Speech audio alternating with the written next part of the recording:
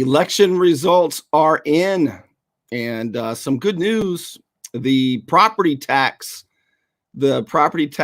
lost big, and that's about what we expected, but you never know. The Bay District 1 mil property tax increase. Voters finally said no to that. Also, some big news out of Panama City. The city of Panama City, a city commissioner who really had big ambitions. He wanted to be the mayor next. He got defeated tonight. Mike Nichols got defeated, and that should be, you never know until the other guy comes in and see what he does, but that should be good news. Mike Nichols was an establishment candidate, very close to the people being investigated in the FBI investigations, and he had been in office long enough. So that's good news. As far as Lynn Haven goes, interesting stuff in Lynn Haven. Just as I had hoped, actually.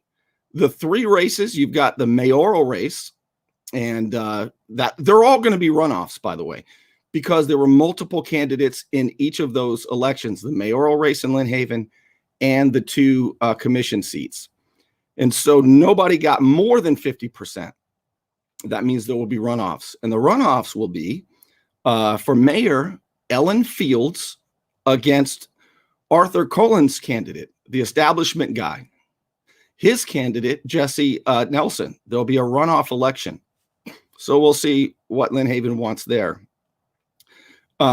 Incumbent Judy Tinder, she got the highest number of votes today, the most number of votes.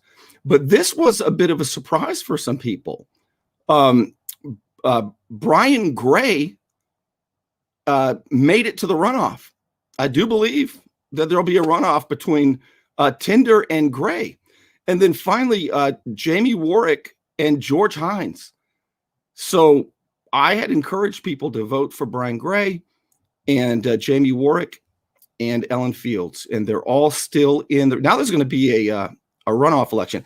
And I'm going to bring on Ryan Scray here in a moment to analyze some of this and give us some details, because there were some other things, some other referendums that they were voting on as well. I'll also be looking at your comments more tonight. Do you know what happened tonight, though? This is really interesting, what I'm going to tell you. So I've been telling you about the candidate running for mayor in Lynn Haven and who his campaign manager is. And I've told you, and I'll tell you again, it's Arthur Cullen. So Arthur Cullen, who was 26-0, remember, he had 26-0, never lost an election. He lost one tonight, by the way, because he was also representing Brian Dick, who came in third place to Judy Tinder and Brian Gray. So now I guess Arthur Cullen is no longer 26-0, but he also goes by, well, he did until he got found out, by this fake account, Alex Cantone. And so I think it's, when you have, let me get it. When you have your campaign manager, this is Jesse Nelson, who's in the runoff for mayor now. When you got Arthur Cullen on your shoulder, that's not good. That's not good.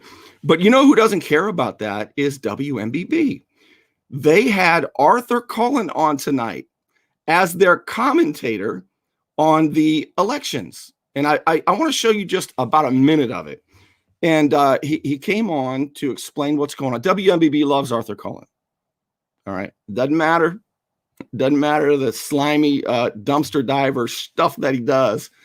And it doesn't matter that he has a fake account on Facebook. And he was trolling a rival candidate, smearing a rival candidate this election cycle. And WMBB still brought him on. Can you believe it? Now, Amy Hoyt welcomed him on. And anybody in this town knows Amy Hoyt is about the nicest person, let alone media personality, in Bay County. I mean, they don't get any nicer. I like her a lot. So this is not a criticism of Amy Hoyt. I mean, this is WMBB's decision, though.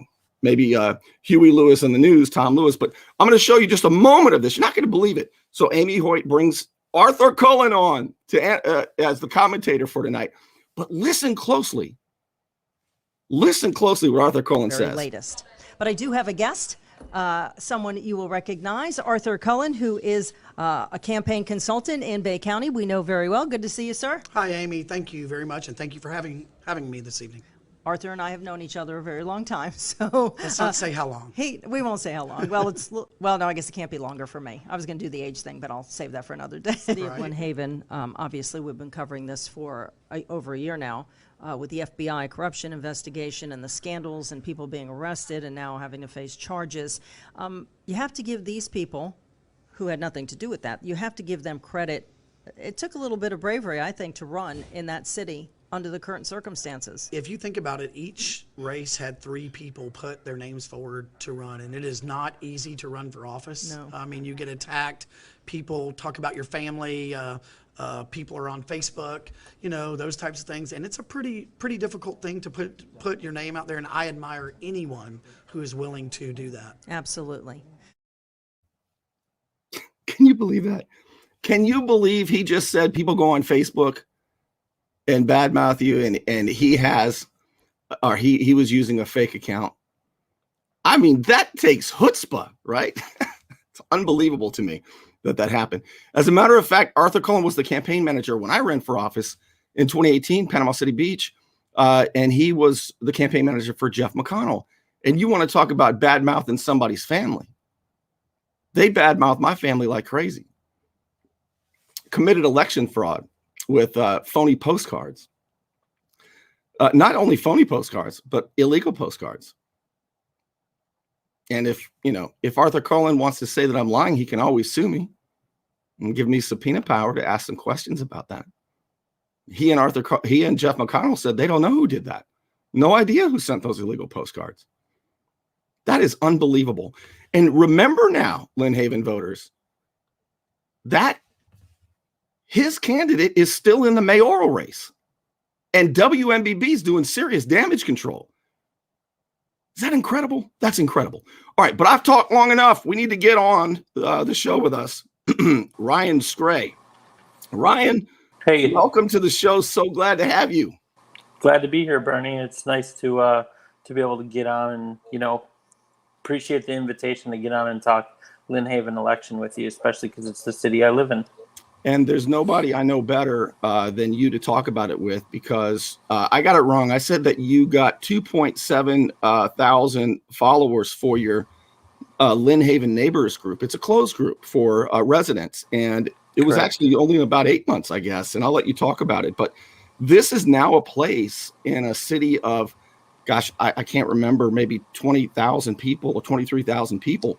And 2.7 now have a place to go and have an online community. And at a time like this, Ryan, I think that's just fantastic. So will you tell us a little bit about your Facebook page and why you started it and who you are? Yeah, so again, my name's Ryan Scray. I moved here in last June 2020, middle of a pandemic. Who wants to move across the country? So I moved across the country from Colorado Springs. I'm following my daughter's stepdad, who's active duty still. I'm an Air Force veteran myself. Rather than doing that summer dad thing, I said, you know what, I'm just going to pack up and move. So I moved here. We chose Lynn Haven, both families. We live here in Lynn Haven. 4 days after I got here, still unpacking, I looked around on Facebook to see if there was a community group. Came up empty. There was nothing. There was one for, I think, maybe Moet Highlands. So, I decided, I've run a few groups before in my time. I helped create a dads only group on Facebook. That's actually now one of the largest, although I'm not a part of it anymore. So I created a community group called Lynn Haven Neighbors, and it started off with, 5 or 6 people nearby that I had talked to. And that was back June 4th. So we're not even a year old yet, and over 10% of the population. Why did I create that group? Well, I was in a community group in Colorado Springs, and I just really wanted to have a place to share information. Moving here, I don't know who any of the good doctors are, who's, the best place to get a taco, who should I have come take care of my palm trees that I know nothing about. I don't know how to take care of a palm tree. So I wanted to create a group where citizens could get together with their neighbors, share information, just find each other, find information they need.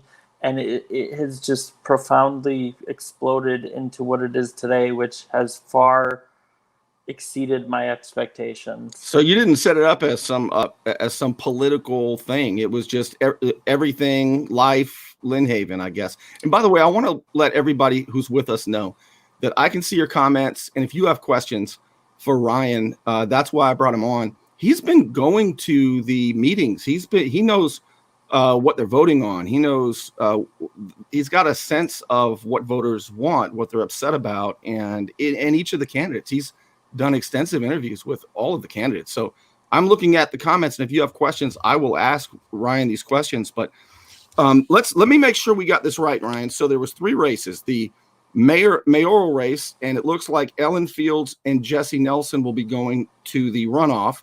Then we've got incumbent Judy Tinder against Brian Gray, and I believe they're also going to the runoff. What's the latest on that? Because that was pretty close in terms of Judy Tinder having more than 50%. Yeah, so looking at the Bay Votes website right now, it looks like every precinct has reported in.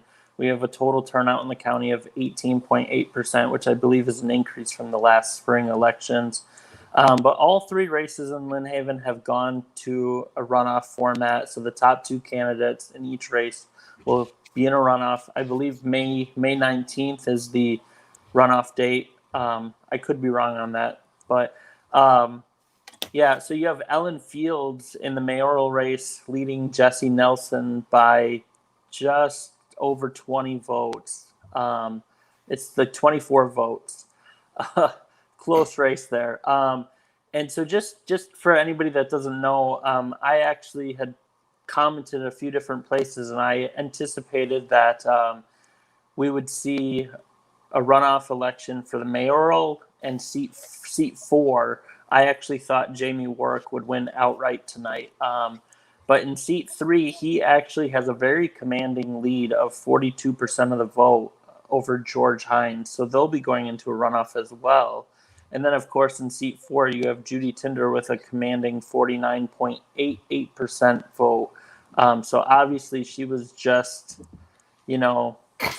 maybe a couple dozen votes away from winning it outright tonight. But she'll be going against Brian Gray for the seat 4 commissioner seat in the runoff.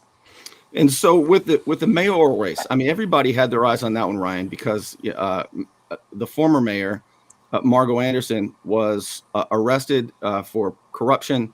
She's facing more than 60 charges, federal charges. I believe her trial is May 3rd. It's coming up quick. Everybody had their eyes on that one. And so we've got really an unknown Ellen Fields and an Arthur Cullen candidate, but another pretty much unknown guy. Seems like a nice guy, Pastor Jesse Nelson. How's the community been with them, and how have their campaigns been? So I moving here last June. City government, as far as I knew, was fully intact, running correctly when I moved here. To say I was surprised is an understatement of everything that's gone on, and I've tried to catch up as quickly as I can. But I mean, it just blew my mind that what's going on here. So in this mayoral race, I actually reached out to every single candidate, all 10 candidates, and asked them if they wanted to do one-on-one interviews on my group, Lynn Haven Neighbors. Jesse and Ellen both participated, and you can actually see those. If you look up Lynn Haven Neighbors, I created a page, and you can actually go through the page posts and find their interviews that I did. They're now public.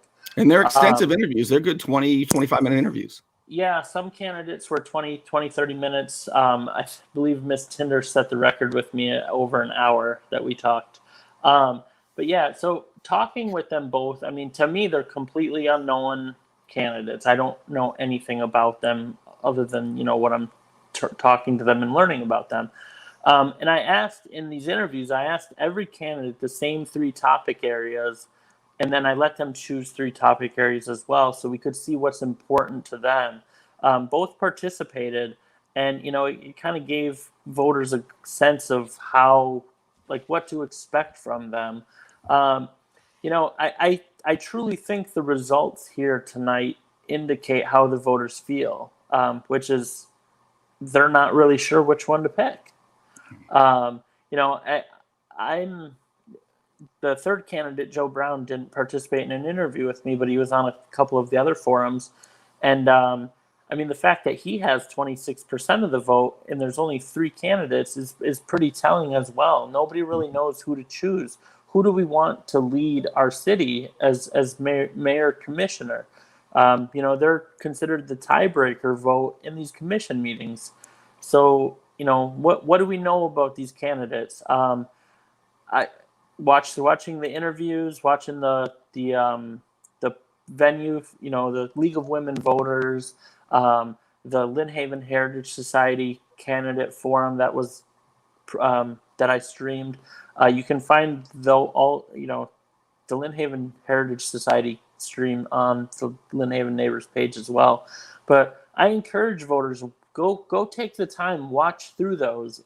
You don't even have to look visually. You can just listen to what they're saying, right? And hear what these candidates want to do for you, because these are your neighbors and they want to represent you in local government. And local government's so important. That's where the biggest decisions are made that affect you. So and the ones that we can affect you. Let me ask you this, Ryan, because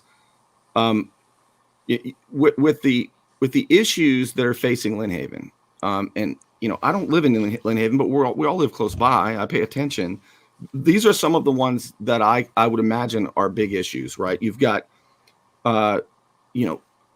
rebuilding. I'm going to write rebuilding after Hurricane Michael, because we haven't done as well as we probably could have done. And corruption. they just passed. I mean, we can't say that there's not corruption. Debt. Mm-hmm. And I want to just point out that in 2015, Lynn Haven had $2 million in debt.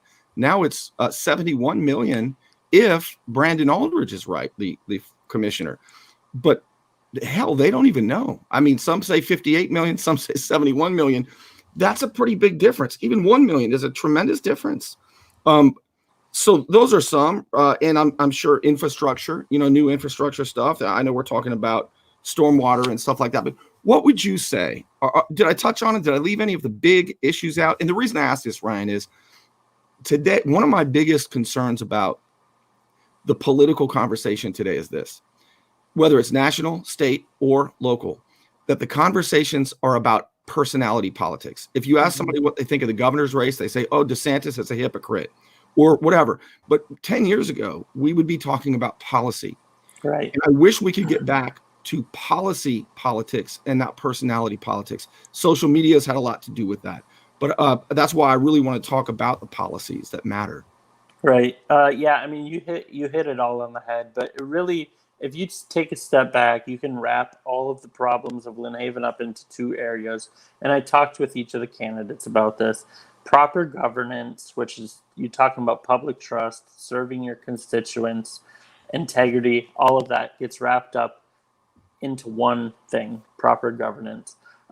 Is your city government doing for you and not others, right? It's your government. It's our government. If you're from Lynn Haven, it's our government. So that's the first area that wraps up all of that. That's the politics of it, right?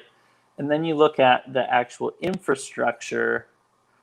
That's the stormwater, the rebuilding, even the budget really can get wrapped up into a mixture of the two, because you can't rebuild without budget and you can't govern properly without funding. So you really just wrap them all up into 2 things. And the citizens of Lynn Haven were robbed, right? We literally had money stolen from us. It probably contributed to the debt. If you did a full financial audit, you could probably figure out exactly how much it's hurting us and how much it's costing us over how many years. But I don't know about you, but I have some debt. I have some credit card debt. I have some student loans. I have a mortgage. It costs me money to borrow money. It's costing us money to borrow money. Yeah. So yeah, absolutely. As far as your page goes, the private page, the one with 2.7, if you're a Lynn Haven resident and you don't know about Ryan's private page, It is for residents. It's not some place that I can go in there and spout off. There's another page for that, and my page is for that, I guess. But so this page here is where you can go if you're a Lynn Haven resident. You can ask Ryan to join the group, and you can talk about not only politics, but restaurants, schools, all the important stuff that I can't wait to get back to talking more about. But tell us about who can be part of the group and how the experience has been. So the purpose of the group is for Lynn Haven residents, and this doesn't just include people in city limits, because if you look up Lynn Haven city limits, it looks like, a toddler took a crayon and just started drawing lines. That's frankly what I see. So it's really what I did was I drew kind of a more circle around Lynn Haven. So you have people, say, from College Point that really, they're a resident of Lynn Haven geographically speaking, not politically speaking. But we have a little bit of leeway on who we allow in, and they have to answer questions. They actually have to say what road they live on. I look at things like how many friends do they have in the group? How long has their page been a page? They answer questions. There's rules we have in place. And if we find accounts that don't belong, we go through and we clean them out. People that don't live in Lynn Haven, if they reach out to me and they explain why they want to join the group, maybe they work and they live and play in Lynn Haven, but not in city limits, we can let them in. It's a fine balance, but I have an excellent team of moderators that helps me run the group. I do not do it alone. I have 3 people that help. I trust them to make decisions. We consult often on things. So I know in the past people said, well, it's your group. You can run it however you want. And that's true. It's a Facebook group. I can run it however I want. But I tell people how I want to run it is that it's a focal point, a centralized location for people to exchange information. You said it, restaurants. Actually, this summer, I'm going to be doing some live videos where I go to local restaurants and try their most popular menu item live for the first time on camera in the group, and give it my initial reaction. And, I'm qualified to do this because I love food. So. I love it. So I watched a recent Lynn Haven Commission meeting, and Mayor Pro Tem, all of them were being asked about meeting times. I believe they're at 9 a.m. twice a month. And some people say, I can't break away at 9 a.m. And you had young Commissioner Brandon Aldridge say, if you want to come bad enough, you'll make it happen.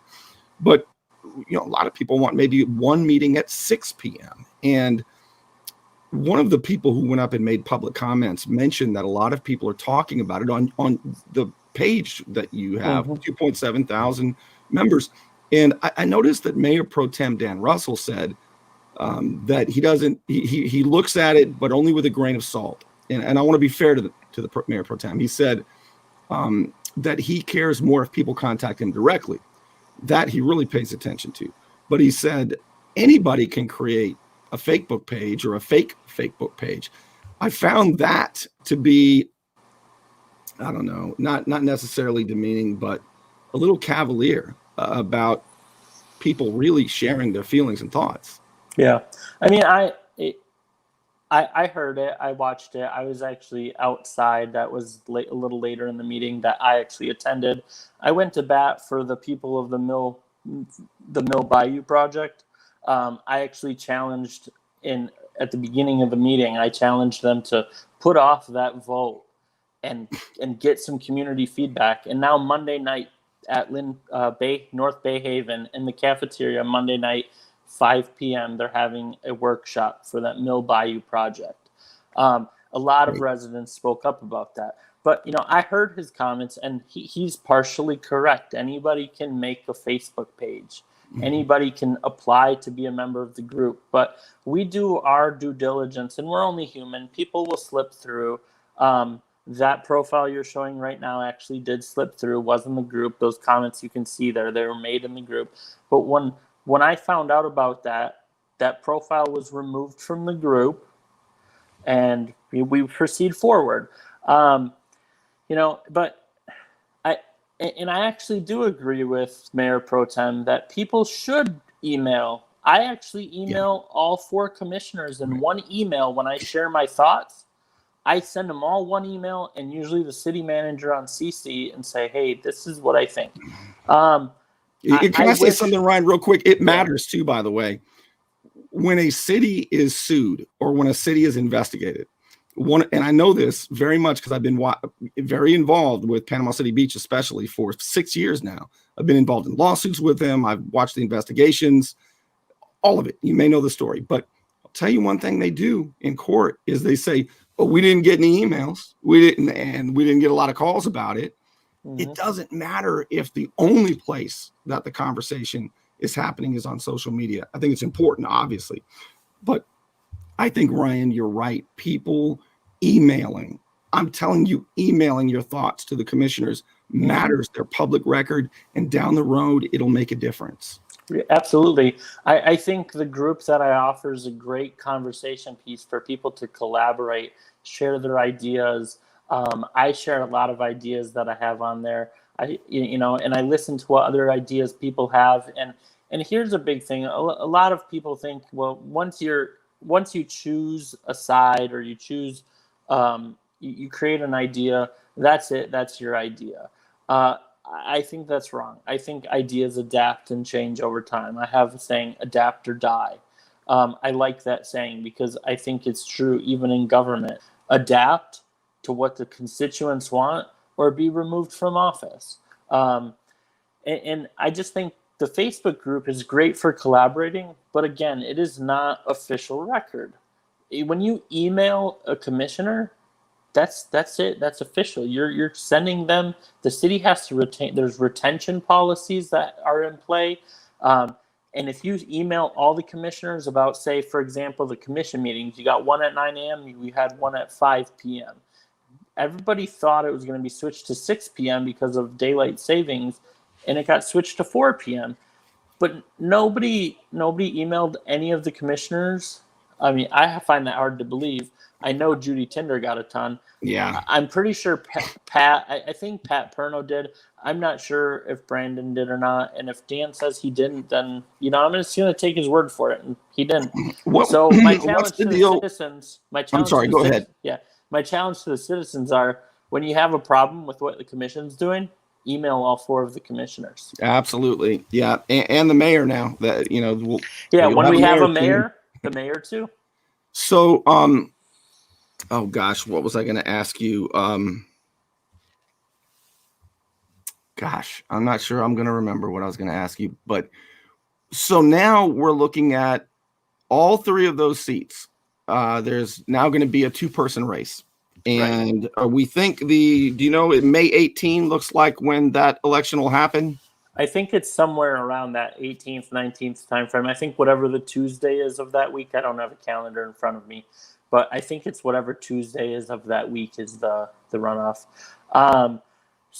You got 2 candidates in each race. And again, it goes back to now at this point, it's whoever has the most votes. In this first cycle, it was because you have multiple candidates, more than 3 or more than 2 candidates, you have to get 50% of the vote plus 1 vote. Nobody achieved that, so we go into this runoff format for all 3 races. Now, it's whoever gets the most votes. So now your vote really matters, even more than it did today, because somebody could win by 1 vote in this runoff. A candidate could win by a single vote. That actually happened, has happened here. When I first got here, Ryan, it was 2007. It was January of 2007. And, I just started a radio show. I'd never done a radio show, and I didn't realize what a close knit community it was. And I met, I don't remember his name, but I met a gentleman, and we were talking about the school board race that had just happened. And a lady named Pat Sabiston, who I had met, had won that race. And I knew that she had only won the race by, it's either 1 vote or 3 votes. It was crazy. And I was joking with this guy I had just met about it. And I said, State Senator Don Gates at the time, he calls her Landslide Sabiston. That was the nickname. And I laughed and I patted the guy. Isn't that funny? And it was the guy she beat I was talking to. I mean, that's how close knit of a community it was. He goes, yeah, she beat me. I didn't know I was talking to him. But you're right. Your vote matters, especially in a place like Lynn Haven. And I sure hope everybody pays attention. And I'm going to do my best to get everybody's voice out there. Yeah, and thanks to you too, by the way. And I too, I'm, this whole next month, members of Lynn Haven neighbors, please be patient with me. I'm going to be hammering the please go vote, because I really do want you to go vote. I want you to have your voice heard. And the way to do that is to pick somebody to represent you in our commission. So please do go vote. We can talk about who's going to mow your lawn and the best place to get ice cream on May 20th. Right. All right. Well, hey, look, I'm going to wrap it up. I sure appreciate you joining us. And it's been a big day. And I got to say, from my perspective, I'm thrilled at Lynn Haven voters right now. I had recommended I can do this. You've been very neutral. And I think that's another thing that makes your page so appealing. I have a little bit of a different role. I'm a commentator. And so, I do sometimes endorse candidates. And I had mentioned that I think Brian Gray, who I thought was coming in third place before we started talking to him, and Jamie Warwick and Ellen Fields, and all of them are still in the running. Who do you think had the biggest surprise tonight in terms of doing well? Well, so I actually had predicted that Jamie would likely win tonight. So I think the big thing there in that race, kind of what caught me was Dane Messick did not participate in any of the forums that I'm aware of. Didn't do an interview with me. In fact, never responded to any messages I sent, and got over 500 votes. I can't explain that. I guess the yard signs work a little bit. But I think probably the biggest surprise maybe is probably the seat 4 race with Judy Tinder. When I talked to her earlier today, she was pretty confident that she was going to lock that up tonight. And she got a large amount of that vote. She almost had it locked in, 49.88%. Yeah. She was so close. A couple dozen people go out and vote for her today. She would have locked it up. And that's Brian Gray. Brian Gray's in second place there. Did you see him coming in second? I had predicted a runoff between the two of them. So I'm not really surprised that there's a runoff between the two of them. I predicted the runoff between Fields and Nelson, so I'm not surprised there. The only one I missed on was I thought Jamie would win outright, but he didn't. So where do you get how do you come to these conclusions? So I actually held a poll using SurveyMonkey, so anonymous poll, in the Lynn Haven Neighbors group. And I used that as kind of a baseline metric. And based on what I was seeing, knowing how many people were going to vote and what they did in the straw poll, I kind of used that to help predict a little bit. And then I also just used some, intellect of who was active, who was getting their name out there, who was going on to do interviews and presentations. And that helped me narrow it down to the fact that I think it was going to be a close race between some people, and I thought it would go the way I thought it would go, and I was mostly correct. Now, I'll tell you, coming this runoff race, I don't know. I don't know which way it's going to go for the mayoral race. It looks like Jamie Warwick definitely has the advantage coming into the runoff. So if he doesn't let up and he gets out there and convinces people to vote for him, I think he can lock that up. But I wouldn't count out George Hines. He got a lot of votes, obviously enough to make the and I know George Hines race. Yeah, I know George Hines, and I just want to say he is a great guy. We don't always agree on politics, but he is another military veteran. He's an Army guy. Mm-hmm. And, I'll tell you one thing about him, and I've known him since I got here in 2007. And I'll say this about George Hines. He's not joking when he says he's a clique buster. He's not part of any clique. He is an individual. and he'll make decisions and stand by them, and he'll listen to everybody. I've already Definitely said blunt. that I think Jamie Warwick would do a fantastic job, but I just want to salute also George Hines. Yeah, he's definitely blunt. When I did the interview with him, that's the thing about George. You ask a question, you get an answer, and that the answer he gives you is what you get. Amen. Like, that's his answer. There's no beating around the bush or sugarcoating it. It's just George's answer. And I appreciate that about him. Yeah. I really liked that in our interview because it was very to the point of, ask a question. Well, this is what I think. And then in that seat 4 race, Commissioner Tinder has quite the lead. So Brian Gray's got his work cut out for him if he wants to take that seat from her. Frankly, honestly, coming into this runoff in that seat, that race, I don't know who I'm going to vote for out of the two of them because I truly think either of them will do a fantastic job. And I'll end with this, and I don't want to end on a downer, and I'm not trying to do that, but anything can happen too.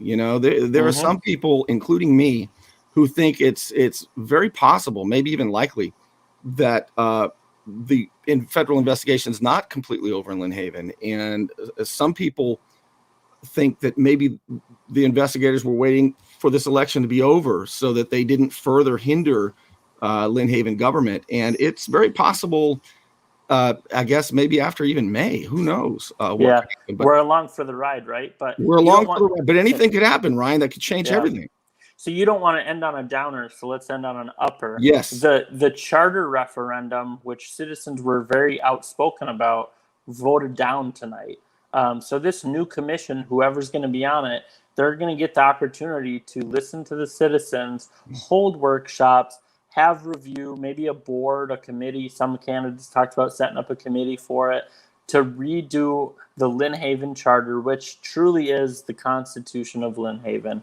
So, all the citizens of Lynn Haven, if you want to help contribute to the direction of this city in the future, here's your opportunity, is to be a part of that. Have your voice heard. It's up to us now, and that's a positive thing. It's our charter, and we get this great opportunity now to contribute to the revisions that are going to occur to that in that charter. All right, Ryan Scray, appreciate your analysis. It's awesome, man. You're doing great stuff, and your knowledge of Lynn Haven and your fairness in getting everybody involved is much appreciated, and we'll do it more if you want.